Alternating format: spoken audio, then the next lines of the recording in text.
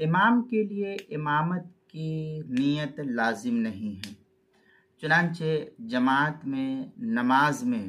جماعت کی جو نماز ہوتی ہے تو جماعت کی نماز میں امام بننے کے لیے یہ لازم نہیں ہے کہ وہ نماز کے ساتھ ساتھ اپنے امام ہونے کی بھی نیت کرے کہ میں امامت کرا رہا ہوں، یہ نیت ضروری نہیں ہے، بلکہ امامت کی نیت کے بغیر بھی مقتدیوں کے لیے اس کی اقتداء کرنا درست ہو جائے گا۔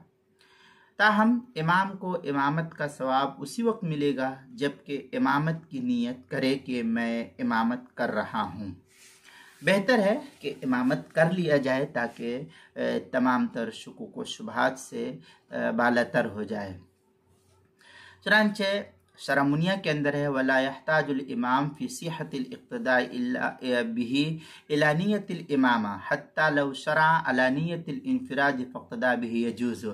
یہ شرح منیہ کی عبارت ہے، صفحہ 251، اور الاشباح کے اندر ہے وَتَصِحُّ الْإِمَامَةِ بِدُونِ نِيَّتِهَا۔ یہ الاشباح والنظائر جو جدید چھپا ہوا نسخہ زکریا بک ڈپو دیوبند کا ہندی نسخہ اس کی صفحہ 72 پر ہے۔ غمز عیون البصائر کی پہلی جلد صفحہ 34 پر ہے الا انه لا يكون مثابا عليها لما تقدم انه لا ثواب الا بالنیہ۔ یہ غمز عیون البصائر اس کی پہلی جلد صفحہ 34 پر اس کو نقل کیا ہے۔ کتاب المسائل اس کی پہلی جلد صفحہ 289 پر اس کو نقل کیا گیا ہے۔